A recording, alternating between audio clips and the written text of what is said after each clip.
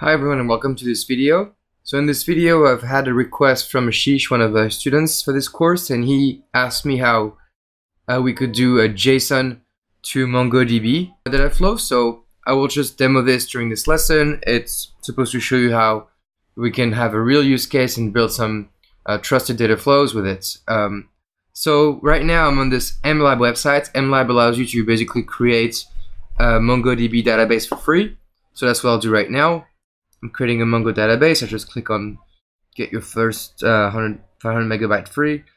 I'll have to create an account. Obviously I won't share my email with you guys, so I'll just go through the sign up process. I recommend you do the same. Alright, so I am in MLab. I created my account. Now the next step is to create a database, so I'll just click on create new on the right hand side. I will choose AWS. Region wise, I will choose Sydney region because that's where I am right now. You can't do this, so I'll select US East 1, single node, and you see that there's an option right here to do sandbox, which is 0.5 gigabytes and it's free, so that's the option I'm looking for right now, to just have a dummy Mongo database to play with. Okay, and the database name is going to be Learning NiFi.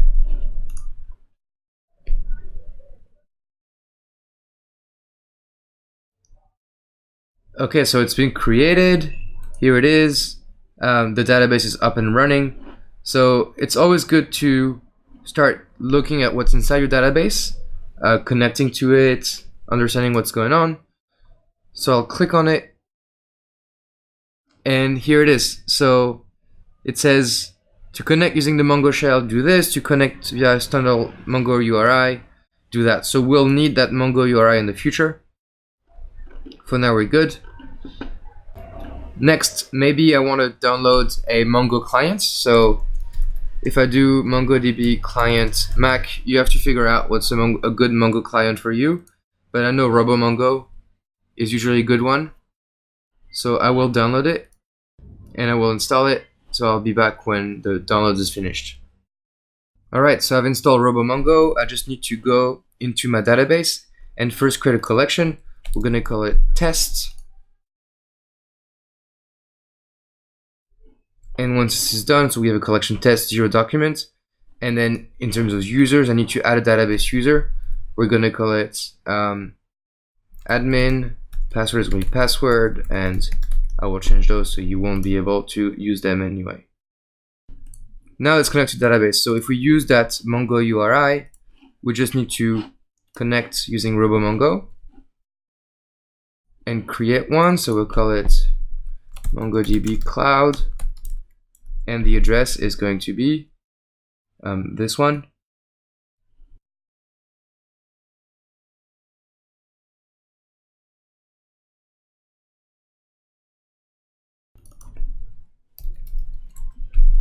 It's just for me to be able to connect to it right now and make it simple.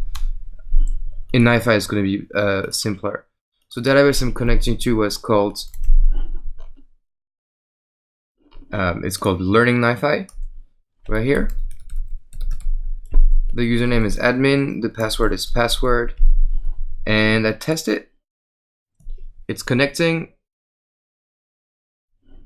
and the author oh, I made a typo, it's admin.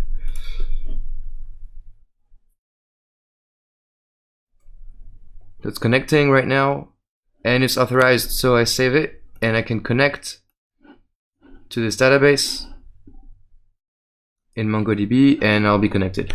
So basically what I've done here is that I have a Mongo database and we have a collection in there, and that collection is collection test, but currently has 0 documents in it. Okay, but if you documents, I'll get nothing basically. Okay, so now we need to insert documents using Apache NiFi, which is the fun part. So if I go to Apache NiFi right here, I'm going to create a process group.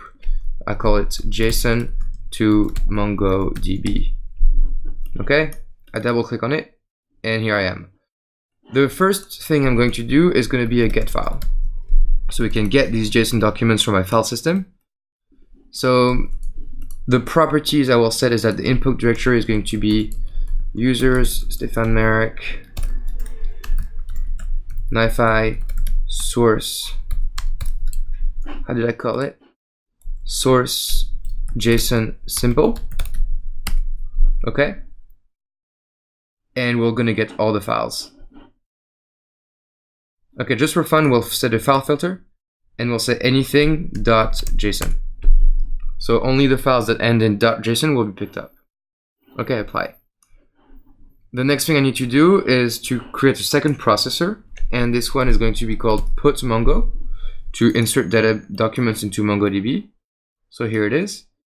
We can connect these two for relationship success, as we saw in previous lessons. And now we need to configure putMongo. So putMongo has a URI that we need to put. That URI was the one we used in the previous link, so I'll just get it back. I need to go back to MLab.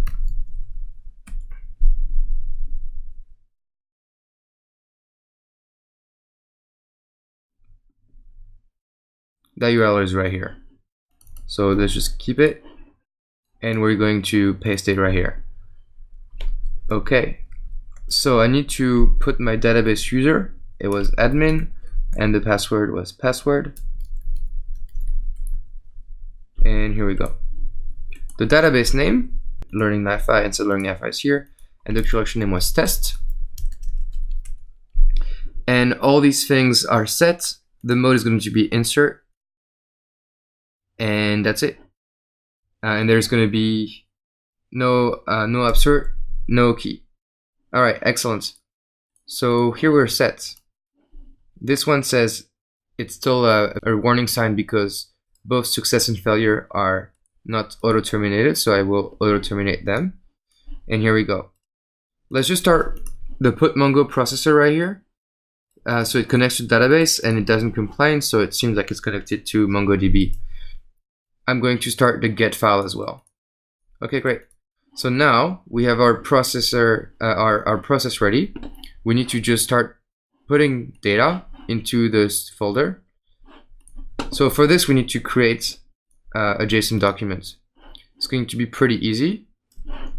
If I launch Atom, for example, as a text editor, we're going to create a JSON document right here. So a JSON document could be ID 1 and then name, my name, Stefan. Okay, that's great. So we'll just use this as a first document. We're going to save it in my NiFi folder, sample JSON, and we're going to call it first document.json. Okay, here it is. We have a JSON document. So it's right here. So what I'm going to do is copy that document over to the source JSON simple folder, and we're going to see what happens. So it's pasted. The get file processor should pick it up automatically. So let's see. And it hasn't. So let's just figure out why.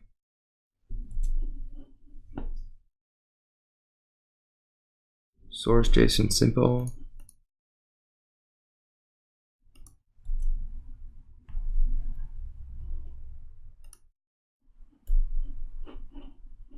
It hasn't, so we'll stop it. We'll just reconfigure that processor. Currently, maybe it's the .json that makes things a little bit buggy. Okay, excellent. So it queued one document right here, it picked it up. If we look in my folder, it's now gone. And now we look at the putMongo, and it's queued for writes. And you see automatically it was written. So I'm going to see what has happened. So if we go to database and I click on view documents,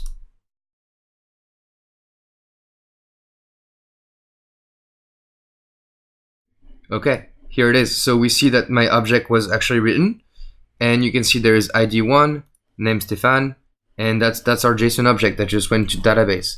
So, you know, if you copy that file multiple times, so I'll do replace, I'll just copy it 3 times right here. So again, it has been written, And then if I go back to RoboMongo and run some query, we now have 4 objects which were inserted into the database. So it's really cool because now you can start picking up JSON files on your folders and directly importing them into MongoDB. So I think that's it. I hope it was just helpful. Ask me in private messages on the forum if you have any questions. Thanks.